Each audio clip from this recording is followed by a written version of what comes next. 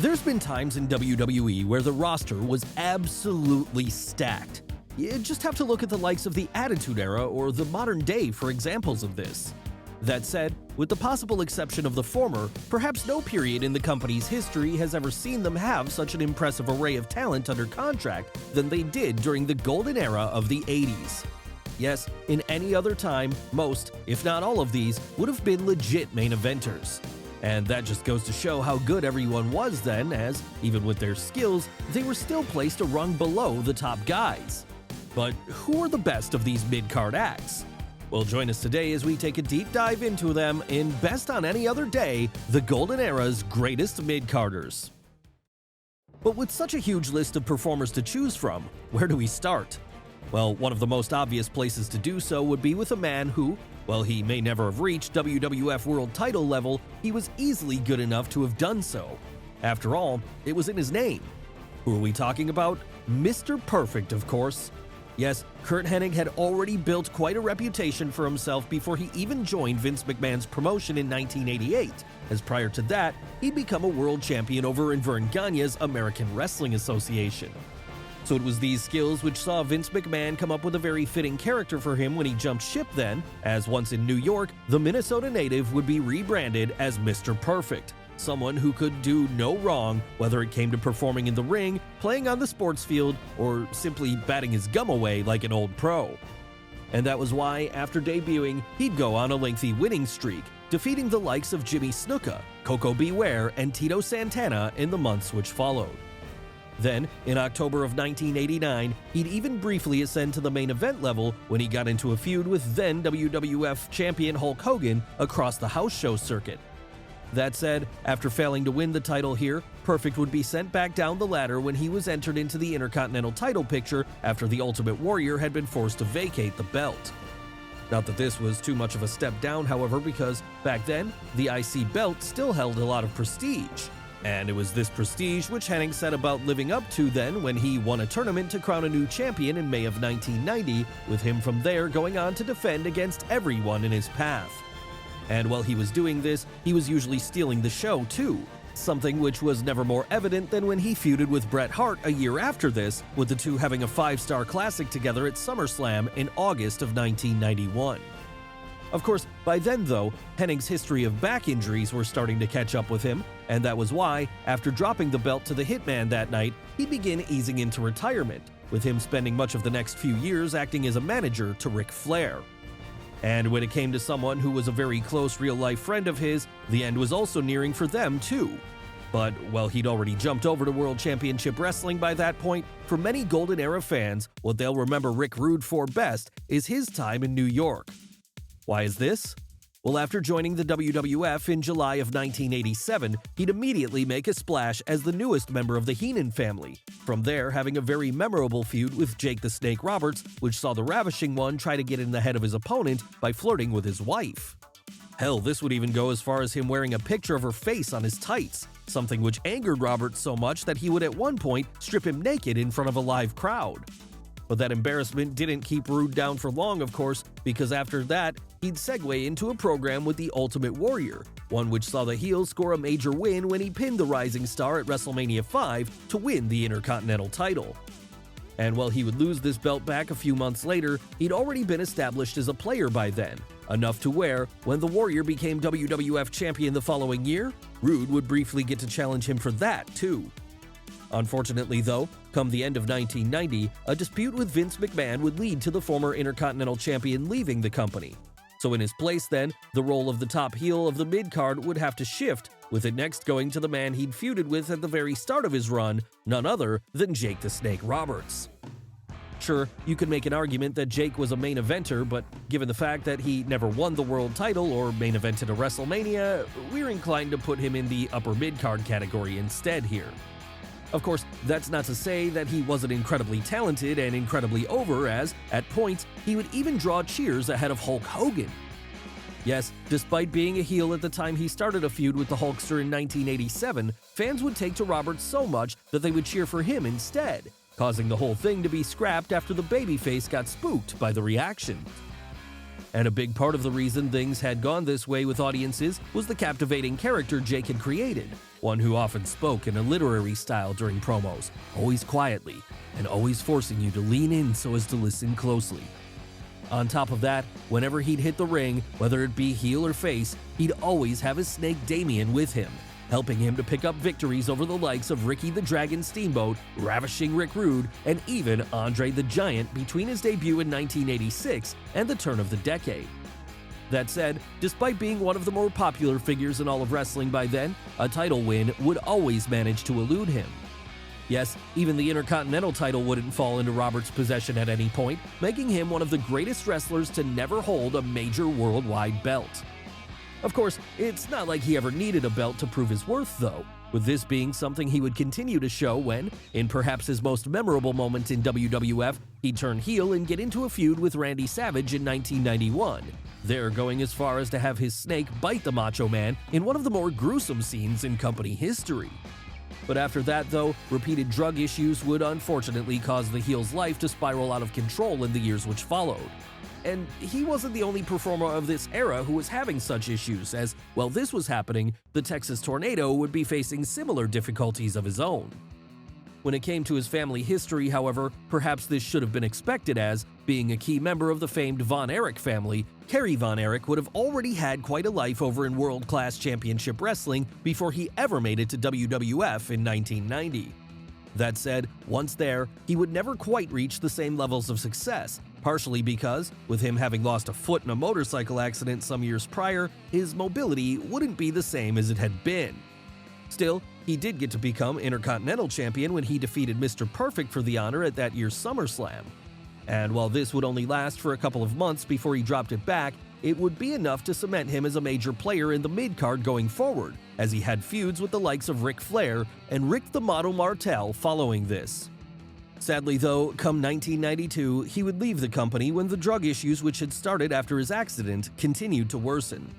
Then, in a sad note, only a year after this, he would continue the Von Erich family curse when he took his own life at his father's Dallas ranch, just days before his 33rd birthday.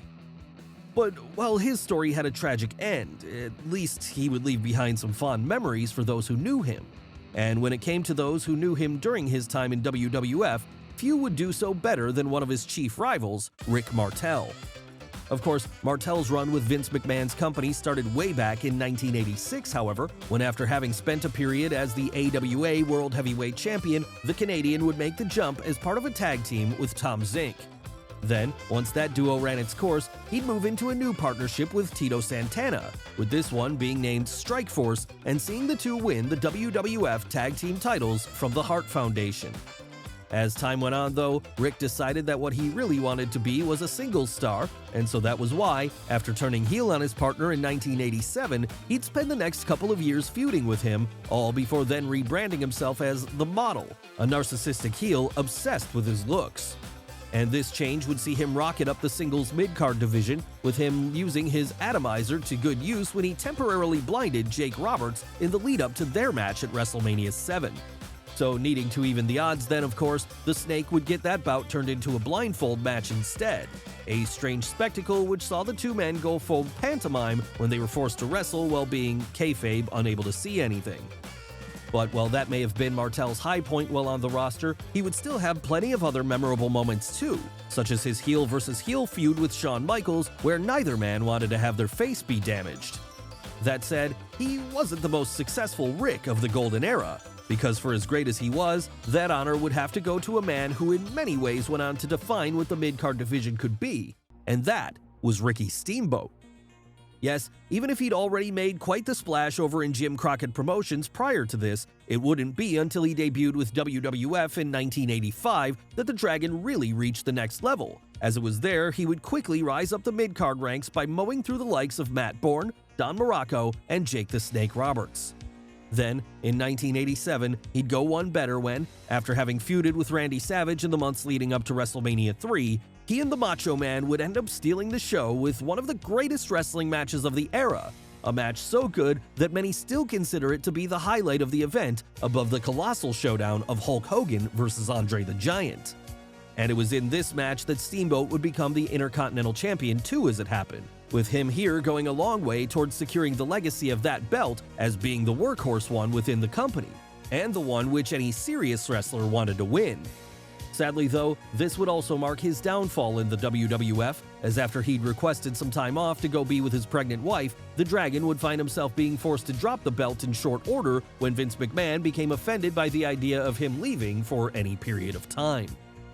After that, the relationship between the two would grow worse and worse, with the rest of Ricky's time on the roster seeing him fill a much lower profile role, all before he eventually left the company a couple of years later. That's right, it was a bad ending to his run, and one which Vince McMahon must regret in hindsight if he has any sense to him. Of course, for as much as Steamboat helped to elevate the secondary title to another level altogether though, in WWF canon, he's far from the greatest Intercontinental Champion of all time. Now if you want to find that person, then you have to look to Tennessee, the very place that you'd find the Honky Tonk Man. And why does the company consider him to be the greatest Intercontinental Champion of all time? Well, because no one ever held it for as long as he did. Before he'd win this, though, Wayne Ferris would first hit the roster in 1986 under the gimmick of what was effectively a bad Elvis Presley impersonator. But while Vince McMahon had initially planned for this one to be a babyface act, it quickly became apparent that fans had no interest in cheering the Honky Tonk Man, causing him to quickly turn heel and become one of the most hated figures on the mid-card instead. So with this alignment now in place, Ferris would spend the next year working his way up the card, getting into a memorable feud with Jake the Snake Roberts, all before then challenging Ricky Steamboat for the secondary strap in June of 1987. And there, after defeating the Dragon, the Honky Tonk Man would go on a 554-day-long run with the belt, taking on all comers throughout this time and sending them all packing come the end, even if this was usually through devious means. But what makes this all the more impressive is that the reign was originally supposed to be a short transitional one, only for it to be extended when Jake Roberts, the man who was supposed to win it next, failed a drug test. Jake's loss, however, was a major win for the Tennessee boy as it turned out, because over the next year and then some, he'd defeat the likes of Macho Man Randy Savage and Brutus the Barber Beefcake, all before finally falling in spectacular fashion when he was squashed in just 31 seconds by the Ultimate Warrior at August 1988's SummerSlam. Yes, it was a fitting end to such a heelish run, and while he would then move on to a tag team with Greg the Hammer Valentine for a while, this would really mark the high point of Wayne Ferris's run with WWF. But what became of one of his opponents during that legendary period? Well, to answer that, we have to move on to our next subject, an ever-popular mid-card presence during the Golden Era, and that's Brutus Beefcake. Of course, Ed Leslie, the man behind the gimmick, would have far more going on during his Golden Age WWF run than that one feud with the Honky Tonk Man. No, he's probably most remembered for his close friendship with Hulk Hogan, in fact, something which saw the two partner up at various points. Before that would happen, however, he'd be managed by luscious Johnny Valiant, as portraying the role of a male stripper, Brutus would feud with David Sammartino, son of the legendary Bruno Sammartino, heading into WrestleMania 1. Then, after that, he'd have a brief run as a tag team champion when he and his then partner Greg the Hammer Valentine were able to win the gold in the summer of 1985. Of course, it wouldn't be until a year later that he morphed into his more well-known gimmick when, after helping Roddy Piper to beat Adrian Adonis in a hair versus hair match at WrestleMania 3, then subsequently using his clippers to shave the heel's head, Leslie would start going by the new name of Brutus the Barber Beefcake. And so, always bringing his trusty shears down to the ring with him from there on in, he'd managed to have memorable feuds against opponents such as the Honky Tonk Man and Macho Man Randy Savage, the latter of which finally saw his friendship with the Hulkster be acknowledged on screen as the two started to partner up together. That said, for as high as he was riding at this point, things were almost cut tragically short when a parasailing accident led to his facial skeleton being completely crushed and needed to be rebuilt from scratch. So after spending a period out of the ring to recover then, Beefcake would return in 1993, now wearing a mask as he continued to team up with his old buddy Hulk Hogan in the lead-up to WrestleMania 9. That said, not everyone who was a star of the Golden Era would make it as far as 1993, because as the new generation was beginning to dawn, a lot of the old stars of the past were already being phased out. And back in the early 80s, even before Hulk Hogan came onto the scene, there were few bigger stars in wrestling than Superfly Jimmy Snuka. Yes, prior to Hulkamania taking hold, Snuka was arguably WWF's top babyface for a time, with his matches against Don Morocco inspiring the likes of Mick Foley to hit the ring for themselves. Of course, when the Hulkster did join up with Vince McMahon's company soon thereafter, Superfly would find himself being phased down the card somewhat, now playing the role of an upper mid-carder who could be used to put others over.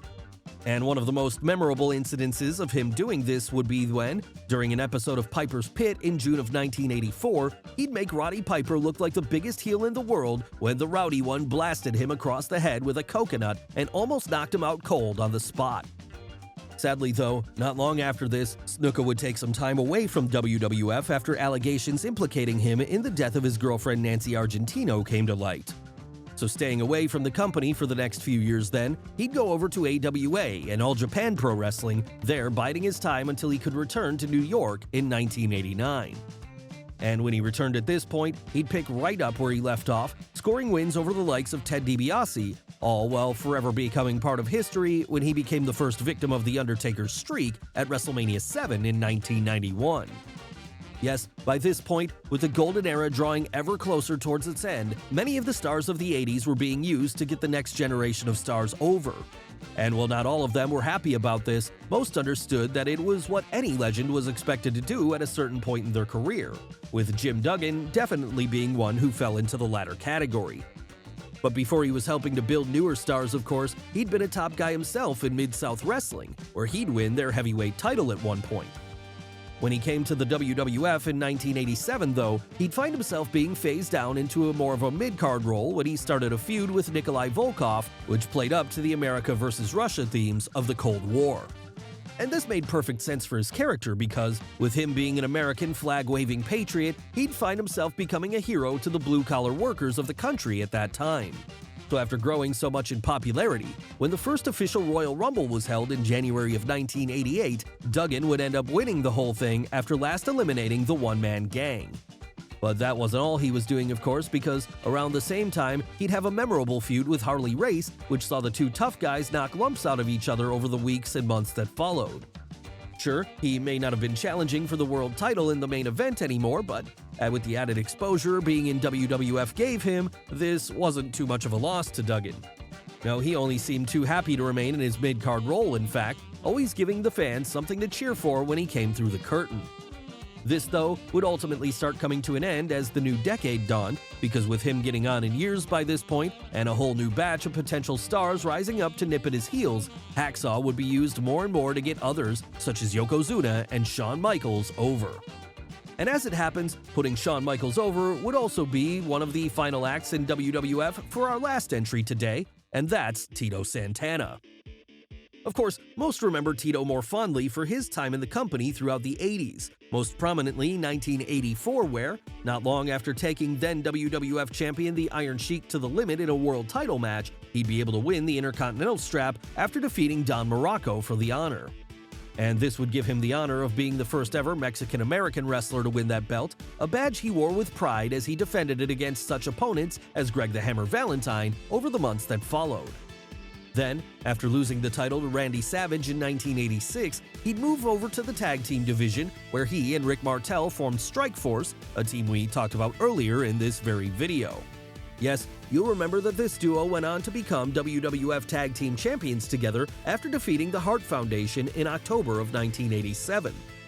But of course, eventually Martel would dissolve the team when he turned heel on his partner, causing the two to feud for a while, all before Santana then reset his sights on becoming the Intercontinental Champion all over again.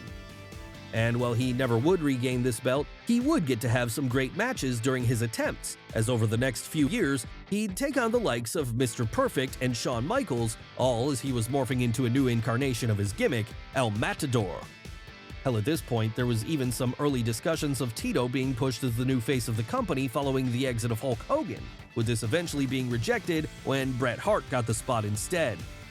And perhaps that's symbolic of it being the end of the era then, because while the former Intercontinental Champion was still great, he had been very much associated with the prior decade, a time where, with the roster being arguably more stacked than it has been before or since, the company saw maybe its greatest mid-card division ever.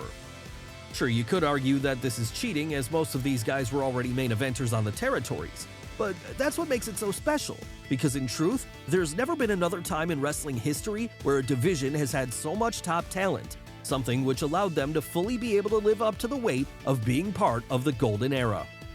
Well guys, what did you think of the video? Let us know in the comments below. Don't forget to smash the like button, subscribe to the channel, as well as follow Wrestle with Andy on Instagram and Twitter. Thanks for watching, and we'll see you next time.